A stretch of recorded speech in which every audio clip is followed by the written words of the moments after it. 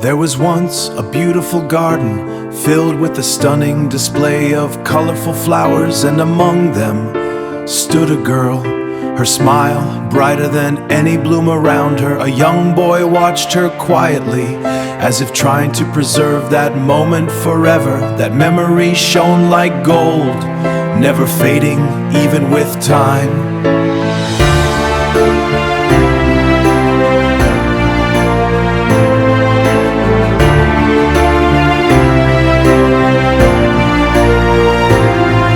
And the boy only wished to see her again, but time is never kind to those who cling to the past. The boy was taken to another world, a world of magic monsters and endless conflict.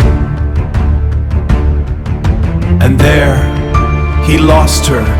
She vanished without a trace, leaving behind nothing but a memory and a promise. So he searched, years passed, then decades, then centuries, yet his resolve never faded. He sought power, he forged contracts, and in time, he became a hero. They called him the Platinum Saber, a warrior blessed by the elemental of light, a savior to many, but a man still chasing a single shadow, a demon lord, a demon lord. But even that power was not for power, but for power. He fought, he fought, he conquered, he claimed his place among monsters. A hero in origin, a man who belonged nowhere.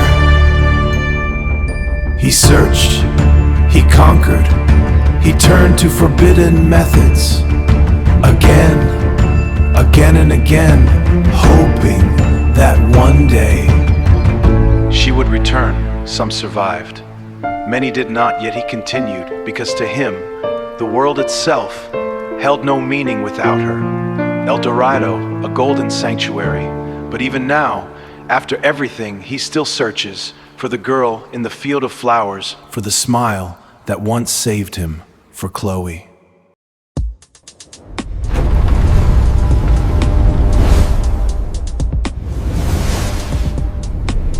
Location: Kingdom of Ingracia, Guild Headquarters. After defeating Mariabel, Yuki receives her unique skill Avarice. Now Yuki and Kigali are reflecting on their journey and next steps. Kigali, truly it's the mark of insanity. It's not that easy to take somebody's skill, you know that. Yuki, I'm sure it's not, but the unique Avarice kind of chews me this time. I still couldn't win against Rimuru, but still, I can pin all the negative stuff on Mariabel. Kigali, that you have, yes. Still, I honestly think that girl was rather shallow-minded with all of this. Killing the demon lord Rimuru would cause the storm dragon to run amok. When she took over the chaos dragon, that clearly did enrage Malim, almost. Yuki, that's the thing. Why do you think she resorted to such forceful measures? The backup of the god Luminous. Mariabel would never do that if she had no idea how much damage there would be. But if she could predict how much to expect, she would definitely weigh the losses against the gains on the scale. Kigali. And since Luminous would protect the Western nations, all was well on that front. Yuki. Yeah, she figured they could rebuild from Malim and the Sound Dragon's rampage as well enough. Don't believe me? Well, let me ask you this. Who did Laplace fight in the sanctuary? Kigali. Well, the demon lord Valentine. Yuki. Right, the Demon Lord Valentine, leader of the vampire, is dead. But there's a leader Demon Lord Valentine in the octagram. The one that Laplace defeated was a stand-in. And who's the almighty leader of sect Luminism, using her religion as her religion's base, her stronghold? Kigali. So Luminous Valentine is both god and a demon lord. Yuki, you got it. But what's worse, Mariabel's minions were casting holy magic. It proves that Ratso family, or Granville Ratso, at least had connections to the god Luminous. Golly, I see. Then we should keep our distance from the Ratsos for the while. Yuki, yeah, I am going to move my base operations to the east for a bit. Kigali, how ominous. Do you have planned a new scheme? You did say that. And I'm sure Clayman would be delighted too. Yuki, yep, the world would be mine, and then we can all have a blast together. Location: Tempest. After defeating Chaos Dragon and handing over the egg of the dragon to Malim, Rimuru and his team are back to Tempest. Rimuru, Yuki informed me that Mariabel's self-destruction made the bottom of the ruins cave in. Apparently, she wanted to take me down with her. It's a lot to process, kind of. After discussing with Kigali, we decided to repair and restore all of the ruins. Eventually, we can display the artifacts we dig up and turn the place into the museum. We can make it a tourist attraction, complete with a Magitrain stop. That's way in the future for now, but still. I am glad Yuki's been cleared of all suspicion. Now I can keep building up our alliance without any doubts. Raphael, negative. The doubts have now been confirmed. The subject Yuuki Kagurazaka is acting of his own free will. His motivations were simple and confirmed. Rimuru, oh, I get it. I killed Gay as I knew his body was about to perish in 10 minutes. But that wasn't the case with Mariabel. Raphael knew I could not finish her. Anyways, Raphael, next time don't hide any facts from me. Raphael, understood. Rimuru, next time, no matter whatever Yuki's scheming, I am going to crush his ambition.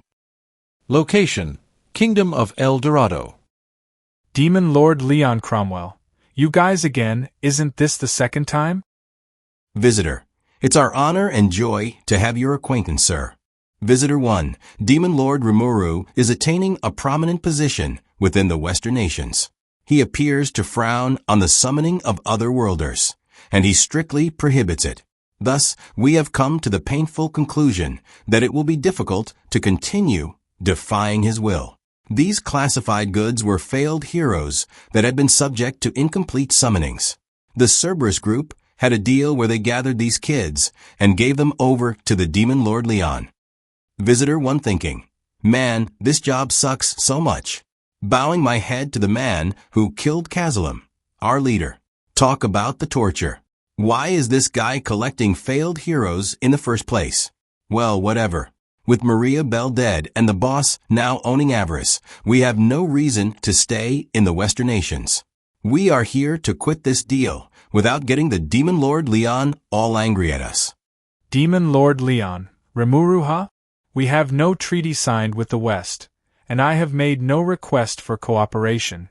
We were interfered with in the end, but that's all in the past now. But why are you shutting off business with me if the West is beyond our grasp? There's always the East. Visitor 1, allow me to explain that, my lord. To tell you the truth, things are starting to get rough over in the East, too. It looks like they are trying to prepare for war on this lie over there. There aren't any sorcerers free enough to take up the work. It will be hard to find the personnel we need for the summoning. Mind you, this ain't the end of our dealings forever. We will contact you again once the coast is clear, so to speak. And remember, we have a network spanning the globe. If any kids wind up in this world in the meantime, we can scoop them right up for you. Well, our hands are tied. Leon, I will leave that matter to you then. But I do have one question. Visitor 1, what would that be, my lord? Leon, why are you so loose-tongued? Visitor 1, oh, did I screw something up? Man, what a handful he is. Roy Valentine ain't got nothing on this guy. Real demon lords are just on another level. Leon, is it right for people as self-interested as merchants to speak so loosely of affairs such as war? You are either stupid or you have some sort of scheme in mind. Visitor 1, well, my lord, the boss kinda ordered me to say that. I didn't mean nothing deep by it. You know, you don't need to phrase it like that, my lord. Leon, you seem to want to point my eyes toward the war and distract me from our deal. Well, you will have to try harder. Tell me everything that you are hiding. Visitor 1, now I get it. The boss must have known that the Demon Lord Leon would react like this. Time rewind. Let's go back to the previous meeting between Yuki and Laplace. Yuki. So listen, Laplace, I want you to talk about this after you bring up the Eastern Empire. The Demon Lord's a careful one, you know. If you just bring it up out of nowhere, he may figure out our intentions. Laplace. Sure, but what kind of intentions are these? Yuki. Oh, nothing that grandiose. I was just wondering a little bit. Laplace. Very shrewd of you, my lord. To tell the truth, this really is the end for the confidential goods for now. I have no idea what point there is to telling him this. Visitor 1 to Leon, but we actually still have 5 at a certain location. The kids that Shizue Izawa intervened with and took care of. There are 3 boys and 2 girls, but the problem is their location. Leon, Shizue? Rimuru was there for her final end, I heard. Leon, this place is Tempest, is it not? Visitor 1. Indeed it is, my lord. Well done. So I hate to disappoint, but... Leon, what are their names? Visitor 2. I recall them, actually. Ken Mazaire, Ryaziki, Gail Gibbs, Allison, and Scoey Colbert. That's the 5 of them. Visitor 1. Yes, those are the ones. Not that you have much interest in unavailable goods, my lord. Your diction leaves much to be desired. Leon, are you sure it was Scoey and not something more, like Chloe? Visitor 1. Dank. He is all worked up now. Please excuse him, Demon Lord Leon. Visitor 2. The names of otherworlders are never easy to transliterate into our languages. They may not be wholly accurate. Right, well, we had best be going now. If things change in the meantime, Demon Lord Leon, I will be sure to update you. 2 visitor leave Demon Lord Leon's mansion. Knight, should we do away with those 3? If they have upset you, Lord Leon, I see little value in keeping them alive. Leon, let them be. I am more concerned about the information they had for us. If the Eastern Empire is truly about to mobilize, we could have a world war on our hand. I hardly want us pulled into worldwide chaos after all. Knight, indeed, my lord. I will ready our emergency magical defenses and security protocols at once. Leon, things never work out the way you want, do they? Knight, what do you mean, my lord? Leon, I mean war. If enough people die in one, it could awaken some demons that would trouble all of us. I know John, the original Yellow, is slumbering in this land somewhere, the sort of demon that breaks out nuclear magic every time they wake up. I doubt it's taken physical form yet, but... Knight, if that time should arrive, let us show the full force of our power. Leon, yes, I look forward to seeing that. Also, with regards to Tempest... Knight, I will deploy a few Azure Knights to there as well. Leon, make it so. Scoey Colbert, though, that's almost too close to her name. Even if it's a trap, I can't ignore it. I have been constantly looking for her. After all these years, I finally found a trace of you. Where in the world could you be, Chloe? Location: Adventures Guild, Kingdom of Ingracia. Few days later, the meeting with Leon, Laplace is back to report his boss. Yuki. Right, thanks for the report. Sounds like it went well then. Laplace. He acted as you said, boss. Tear. And I thought for sure Laplace had messed it up at first. Laplace. Whoa, lay low for me, guys. Kigali. Well, it all worked out, didn't it? I'm just glad you managed to keep your cool with Leon right in front of you. Yuki. Yeah, honestly, I half expected you would resort to violence in there. Laplace. You are such a mean man, boss. So you told me to tell him about the Demon Lord's hero skills. But really though, what was the intention behind that? Yuki. Oh, just curiosity more than anything. As you know, summoned kids usually don't have much of a life expectancy. But Rimuru wanted that to change. And now those 5 can live long, fulfilling lives. But Demon Lord Leon doesn't know about that. So I was interested to see how Leon would react to this news. Kigali. You see. And depending on his reaction, we can try predicting his next move. Footman. But this is good. Kigali. I doubt Leon would do anything drastic just for the sake of that. Picking a fight with another demon lord is a far riskier move for him. Yuki. Well, it would be neat if he did that, but I'm sure the chances are really low. Laplace. Sir, you could have given me a little more warning. I was afraid he saw me as nothing but a liar. Yuki. Yeah, like I said, sorry. But if I told you in advance with your acting skills. Tear. Yes, I hate to say it, but it's true. Footman is too dumb and short-tempered, and Laplace is shallow and fishy. Laplace. I'm pretty sure he was talking about you too. Footman. Huh. It was my acting work that made the deal work at all. Yuki. But speaking of that, what's up, Footman? Footman. When I gave the list of names, he asked me to repeat one. He was complaining about my pronunciation and all of that. When I said Sko Goldberg, he replied something like, "Are you sure that was Chloe?" Laplace. Why worry Footman? He's just high-strung like that. Kagali. Well, if this is like before, then I would never say never to the idea. Yuki. So you think he really is looking for Chloe? Oh man, for real? I might have blown it there then. What now? It would mean I gave up the trump card I had against Demon Lord Leon without even knowing that. Well, maybe we could use this to pit a couple of annoying demon lords against each other. We've got more to look forward to now. Kagali.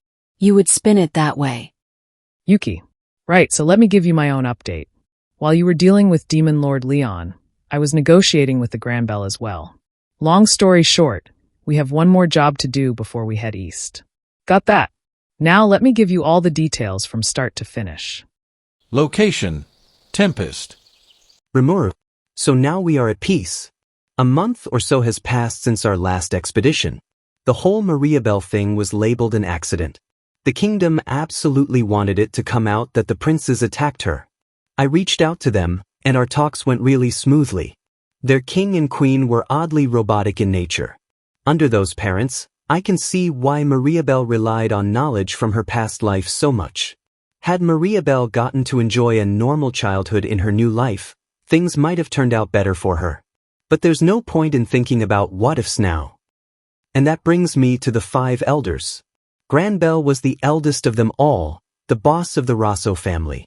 He was being almost creepily silent about all this. I had been preparing myself for some kind of retribution for Mariabel, but nothing came. Anyhow, we now command the largest faction in the Council of the West, with the Western Holy Church backing us as well. No one is really in a position to defy us. Hey there, Kurobi. Kurobi. Sir Rimuru, please you can come in. Hey, make some tea for us. Cheyenne, last night, you denied my suggestion. You don't want me or Benimaru to be the representative. Rimuru, thinking. The question now is who will be sent to the council as our permanent representative. It's been weighing on my mind lately. We need someone smart, sociable, and with a certain amount of charisma. People like Shuna and Rigard would be qualified for the job. Somebody like a high-level goblin elder or bureaucrat would be best. But they were busy with legal issues, people management, and working with other nations. Military leaders had pressing work too. A volunteer or two would be nice, but, well, maybe Diablo. Cheyenne, could something be up with Diablo, Sir Rimuru? He went out to look for subordinates, didn't he? Rimuru. I'm sure he's tired of odd jobs. Maybe he'll find someone suited for the role wherever he goes. I'll just wait and see for now. Hey Kurobi, you had something you wanted to show me? Kurobi. Yes, Rimuru-sama. Feast your eyes on this. You see the small holes down there? Just insert this jewel core into one of them. Raphael, report. The weapon broadsword has transformed into a magical weapon broadsword. Kurobi. So you noticed the mechanism. Magical weapons become magical through the use of elemental cores inserted into them. The cores are magic stones imbued with earth, water, fire, or wind elements. We call them elemental cores. I developed this together with Kaijin and Vesta to develop the core-compatible holes in them. But you need to be careful with cores too. The wrong combo of cores can lead to some pretty bad things. How about we go outside and try out? Okay, so this sword has 3 holes, right? If you add 1 flame core, you get this. Add flame and water cores, and the flame loses a lot of force. With 1 flame and 2 water cores, Steam explosion. You can boost the output by tenfold, or so that way. Rimuru, that's scary. I bet there are other dangerous combos too. Better experiment with it in the labyrinth. We don't want any mishaps. Kurobi, but with the right combination, of course, I think you could easily get a legend-class force from it. Rimuru, yeah, I'm sure. You have developed a real menace this time, Kurobi. Oh, and speaking of amazing things, I got something I wanted to show you too. Check this. Kurobi. Ah, yes. My. Best masterpiece yet. The more of your magic force it takes in, the more it will grow too. How has it been treating you? What? This golden shine? Wait, no. It's the entire rainbow. A whole array of colors. Rimuru, I think it's taken on some kind of neat new trait. When I pick it up and run my magic force through it, it glows. So I thought you might know what's up with it. Kurobi, if I had to guess, this is crimson steel, the most mythical of all divine metals. The legends call it a metal that can retain its elements for all eternity. I know I said it would grow on you, but frankly, I never imagined this much growth. But let me tell you, Sir Rimuru, this blade's growth isn't going to end there. Maybe we're getting into God-class territory, the kind of thing Sir Veldora saw in his past battles. What a blade this is, though. It hardly feels like I forged it anymore. Rimuru, oh, don't be modest. You did great work on this. We were all charmed by it for a while later. It's truly among the best there is. And if it keeps evolving, it really will be God-class soon. Thanks Kurobi for this sword. I'll be back soon. Location: Tempest office. Next morning, everything is peaceful in Tempest until the main door crashes and a strong force rushes directly towards Rimuru. Milim. Hey Rimuru. See, it's hatching. It's going to hatch really soon. Diablo. It's time I start looking for my old friends. Venom. Hey, I haven't seen you before. Looks like you are newbie.